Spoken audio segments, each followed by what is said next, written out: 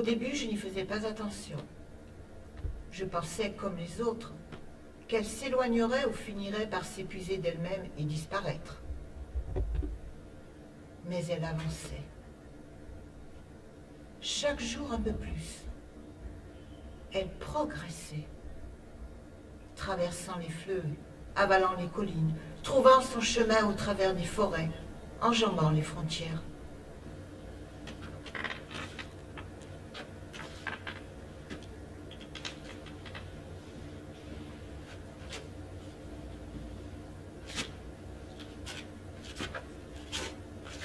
Ma vie entière tenait en deux valises.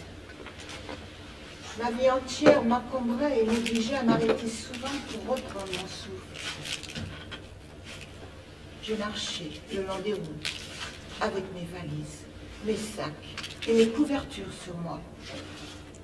Je marchais, sans savoir où j'allais, essayant de mettre le truc de terre entre elle et moi.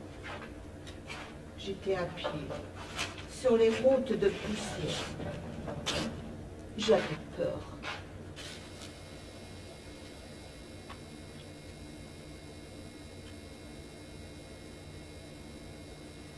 Je me souviens. Il me disait, sa voix, je l'entends encore. Sa voix qui me disait ceci dans le lit. Je vais t'apprendre par cœur. Cela, je m'en souviens. Je m'en souviens très bien, ouais. Ça soufflait à l'époque. Des fois, ouais. Tout le temps, tu veux dire. C'est même pour ça qu'on m'a construit la cabane. Tu crois?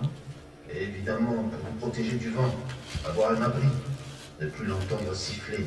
C'est vrai, ça me revient. Dis-moi, est-ce que tu sens du vent sur ta peau, là? Non. Une petite brise, un courant d'air? Rien. Exact. Depuis des semaines, des mois, rien, pas un souffle. Tu as raison. C'est flagrant. C'est un changement climatique flagrant.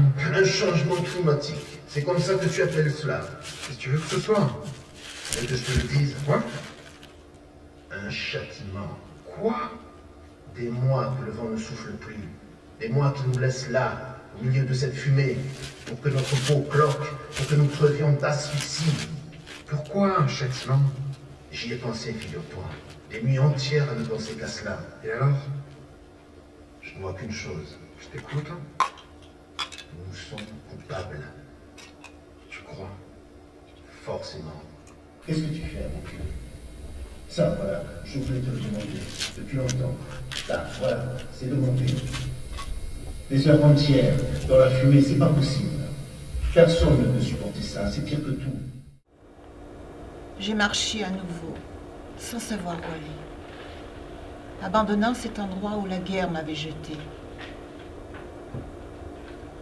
Je me demandais de quelle fatigue elle allait m'éreinter cette fois. Je me demandais si un jour elle allait finir par me laisser en paix.